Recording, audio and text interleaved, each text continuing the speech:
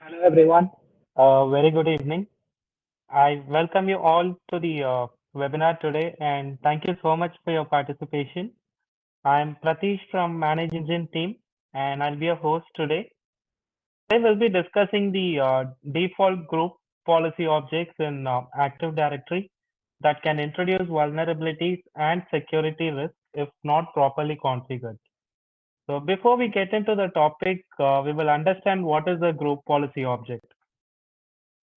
So group policy objects are a powerful feature of Active Directory that allows administrators to centrally manage system configurations and security settings for users and computers within a domain. Now, these GPOs can be linked toward different levels of Active Directory hierarchy, including site, domains, and organizational units. This allows administrators to apply specific policies to different set of users, groups, or computers based on their organizational requirements. And also, GPOs can be used to configure a wide range of settings and policies, including security settings, desktop configurations, software installation, network settings, and many more. Now, these settings can be applied to both user accounts and computer objects, which also provides a mechanism for enforcing security policies to control access, permissions, and behavior within the network. So this includes policies related to password requirements, account lockout settings, user rights assignments, and security options. Now, group policy also offers flexibility through inheritance and precedence. Now, administrators can create multiple GPOs with different settings and link them to different levels of Active Directory hierarchy. So, inheritance rules determine how policies are applied, and administrators can control the order of precedence to resolve conflicts. So GPOs are applied hierarchically when with settings being inherited from parent containers such as domains or organizational units to child objects such as users or computers. So whenever you set up a domain, there are two group policy objects that are created automatically. They are default domain policy and default domain controller policy.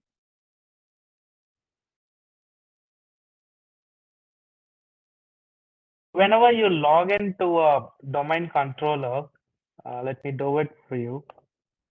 So this is my test environment and this is my root domain controller. Let me log in as an administrator. So whenever you log into your domain controller and open server manager, and click on this tool, you have group policy management, which is an user-friendly interface to manage the group policy. So this is one way of getting to the console, and the other way is just type gpmc.msc on your run window, and then this console opens up. So in this console, if you navigate to group policy objects, so it's under the domain group policy objects. You can see there are two default like default policies that are created. So the default domain controller policies, so this contains a set of uh, default security settings designed to govern the behavior and security posture of domain controllers. Now, these settings include authentication policies like settings related to Kerberos authentication or NTLM authentication and many more, even auditing configurations, user rights assignments, and many more. So on the other hand, we have default domain policy, which contains a variety of default security settings that apply to all objects within the domain. So the first one we saw is only for the domain controllers, and the default domain policy will include security settings that apply for all the objects within the domain. So these settings includes password policies, account lockout policies, user rights assignment, and many more. Now that we know what is GPO, what are the default GPO that are created when you set up a domain? Let's discuss on some of the default policy that is enabled and which paves way for the attackers to infiltrate in your network. So one such policy is RDP do not allow clipboard redirection, and the other one is do not allow drive redirection. So by default, these policies are not enabled. It's on not configured mode. So to understand these policies and the vulnerabilities they come with, we will need an answer for what is the RDP protocol and what is the RDP clipboard. Now, RDP is a secure network communication protocol designed for remote access and management of virtual desktops, applications, and RDP terminal servers. So it is mainly used by technical users to connect to a remote machine. So it is considered a complex protocol and it contains complex features. Therefore, it might be prone to vulnerabilities. So what is drive redirection? Drive redirection is nothing but uh, it disables the copy and paste feature um, of your local machine. So whenever you log into a remote machine, and if you wanted to copy and paste the content on the remote machine to your local machine, if the drive redirection is not enabled, it's not possible. So we'll see what is RDP clipboard. So Microsoft Clipboard sharing channel supports several data formats that is responsible for the copy and paste feature. So when used, it allows to simply copy a group of files from one computer to the other. So if the client itself fails to prevent malicious files from entering his computer, he could be vulnerable to a path traversal attack. So the server can then drop malicious files in arbitrary paths on the client's computer. In other words, the client's approval of the file is the only thing protecting him from this vulnerability. So considering the fact that the client doesn't even need to verify the received files coming from the RDP server, it is almost impossible to detect these kind of attacks.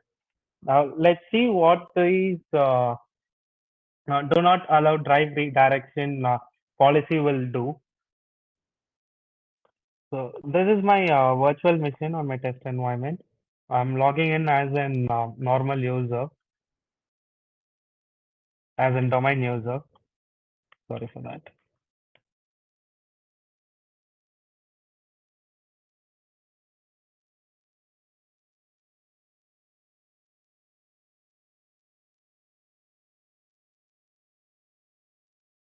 Yeah. Now, on my domain controller, if you take a look at the E drive, so I've created a test file. In the name of the file name is test. So let's add this. Now I'm going back to my virtual machine, the client machine, and let me take remote control of my domain controller, and the IP address is this 10.16.14.111. When I connect, it's going to ask me for the password.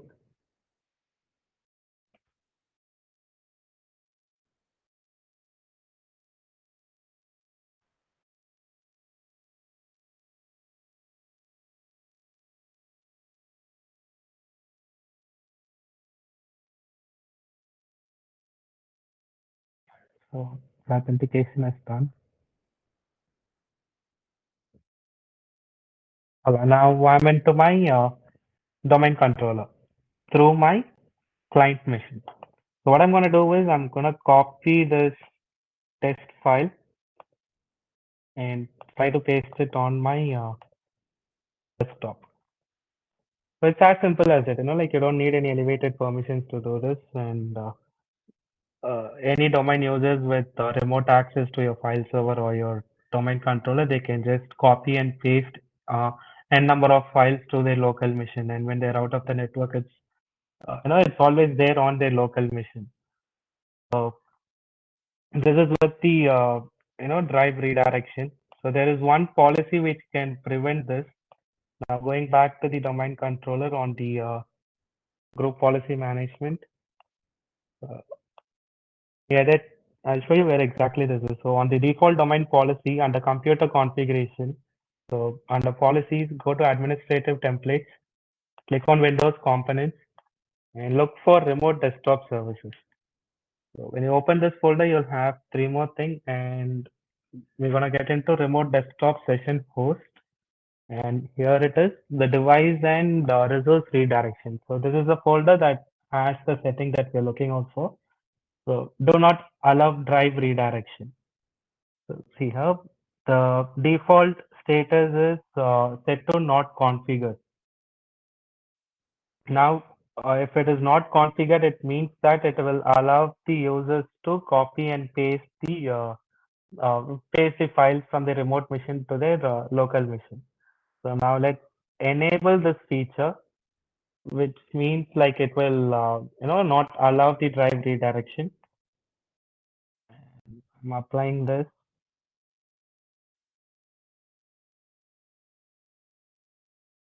Now we can see the drive redirection is enabled. Let's force update the group policy.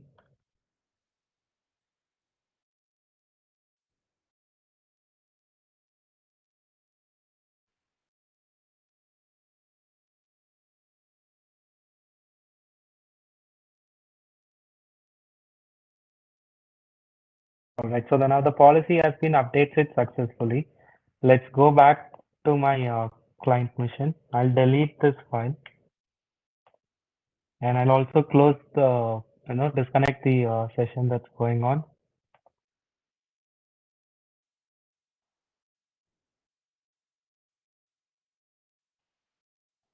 Right now, we'll remote into the domain controller again.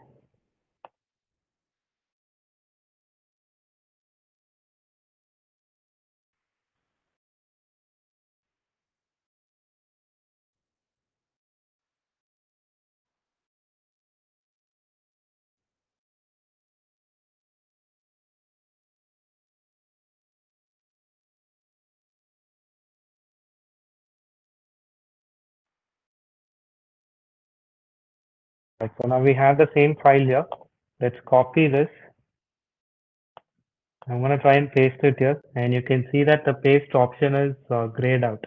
So you won't have an way to paste this. So even the Control C and Control V feature will be disabled and it won't work.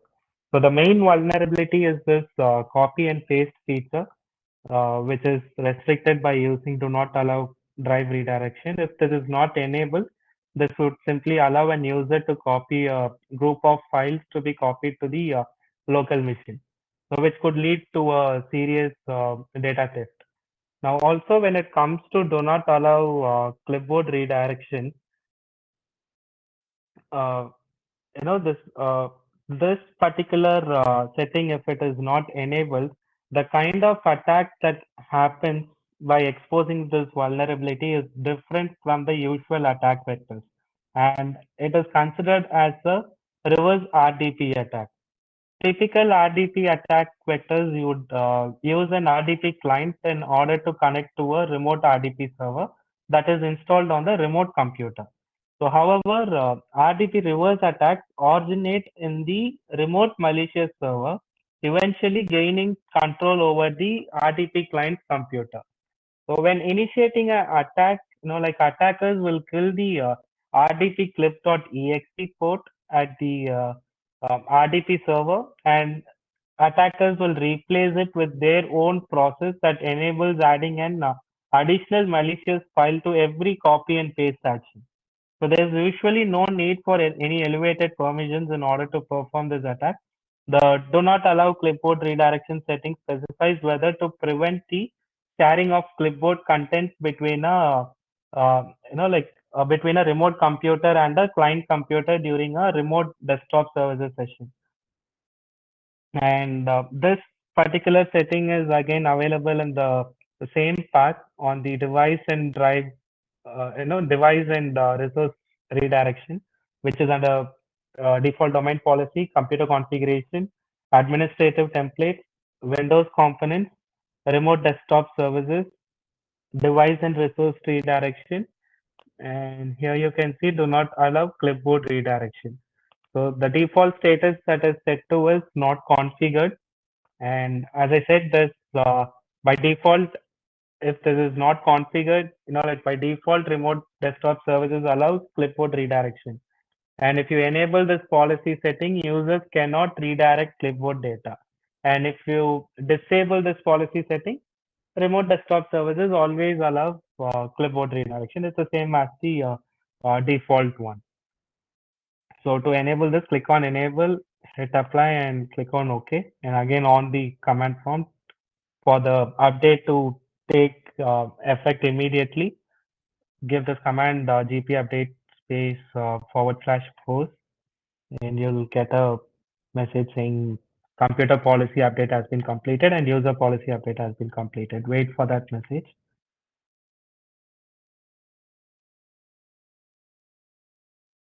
So now it's done. So how do we prevent this? As I said, the easiest or the convenient way to approach this is to disable this function. So you can use this setting to prevent users from redirecting the clipboard data to and from the remote computer and the local computer. And at the same way, the drive redirection policy, if it is enabled, it will prevent the users from copying files from their remote machine to their local machine. So we know where this policy is, what status it has to be configured to. Now that the next policy that we have in place is enable Windows NTP client. So by default, again, this policy is also not enabled. And so let's understand what is an NTP client. The network time protocol, it is developed to address the growing need for time synchronization between an individual computer or device and others on the same network. So the Windows NTP is a component of the Windows operating system responsible for synchronizing the system's clock with a time server on the internet or a local network. So enabling the NTP client allows the device to reach out to the NTP server and send a request for the precise time and corrected time as needed. So Windows NTP client periodically contacts the time server to adjust the local system time, and this ensures that computers' clocks stay accurate over time, even if its internal clock drifts slightly. Now, a reliable and accurate account of time is important for a number of services and security requirements, including but not limited to distributed applications, authentication services, multi-user databases, and logging services. So the use of an NTP client establishes functional accuracy, and it's a focal point when reviewing security relevant events. So enabling Windows NTP client enhances system security by ensuring accurate time synchronization, aiding in authentication, compliance, and incident response. Many security protocols and systems rely on accurate timestamps for logging events. Now, analyzing network traffic and detecting security incidents, all these will require this Windows NTP client. So if the system time is incorrect, it can lead to issues with logging and analysis, potentially impacting the security investigation. So accurate time synchronization is also crucial for maintaining the security of computer systems. To say many security protocols such as Kerberos authentication and SSL or TLS certificate validation rely on synchronized clocks to function properly. So if the system clock is not synchronized, security mechanisms may fail or become vulnerable to attacks. For example, expired certificates may not be properly identified, leading to potential security breaches. Now, many compliance standards and regulations such as the payment card industry and data security standards require accurate time synchronization as a part of their security requirements. Now, while maintaining accurate time is crucial for security, compliance, and prevention of certain security threats, Certain security attacks can exploit inconsistencies in system time to intercept or manipulate communication between systems. So such known vulnerabilities are one of the vulnerabilities Kerberos replay attacks. So Kerberos authentication, as I said, it relies on synchronized system clocks to prevent replay attacks. So if the NTP client is disabled and the system clocks are not synchronized, it becomes easier for attackers to capture and replay Kerberos tickets. So this can lead to unauthorized access to network resources and compromise the security of the entire domain.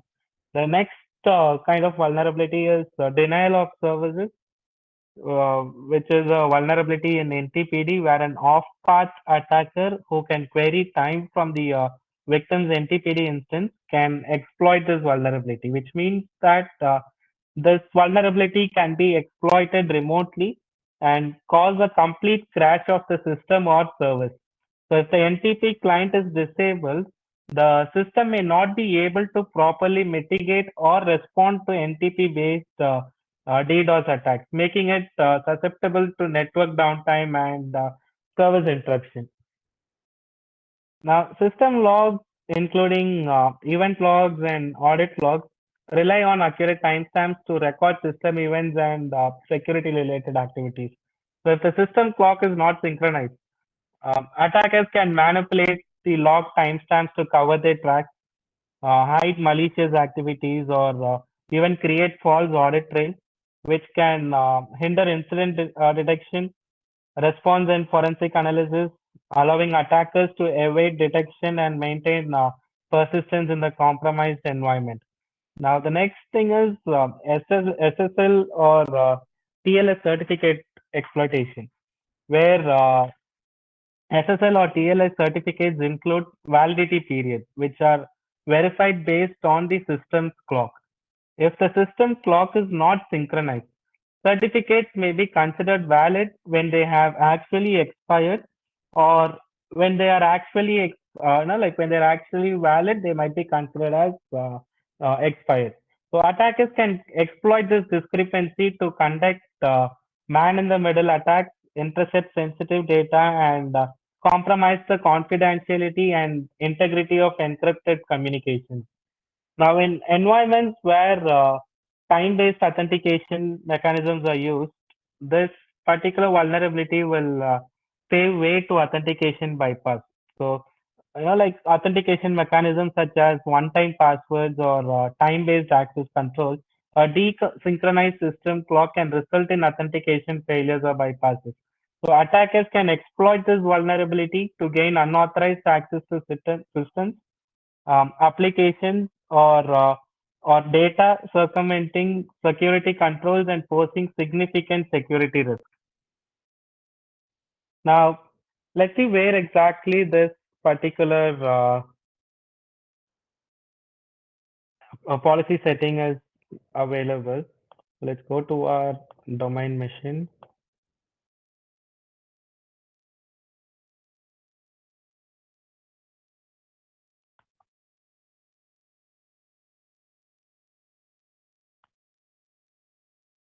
Here it is on the default domain policy under computer configuration. Look out for administrative templates, and under administrative templates, get into system. And if you scroll down the last folder, you will find us Windows Time Services. Yeah, here it is. Windows Time Services. Get into Time Providers. And here you can see Enable Windows NTP Client, which is by default, which is not configured. So if you enable this policy setting, you can set the local computer's clock to synchronize time with your NTP servers. If you disable or do not configure, as I said, this policy setting, the local computer clock does not synchronize the time with NTP servers, which will again pave way to the attackers to infiltrate and carry on with their attacks. So far in this session, we have discussed on two GPOs which are disabled by default. The first one was exploiting the RDP clipboard redirection. And the second one was exploiting NTP client policy. Now, feel free to ask questions on this topic, or you can drop your questions on the chat box as well.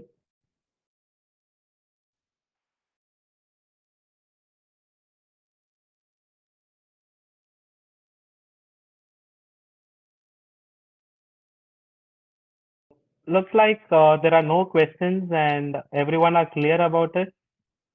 I can take it that way, hopefully. So thank you all once again for attending today's webinar. We hope you found the information valuable and insightful. So remember, proactive measures to secure default configurations in Active Directory are key to safeguarding your organization's network environment. So for any further clarifications or assistance, kindly drop me an email to the address that's shown on the screen. Uh, so it's pratish@manageengine.com.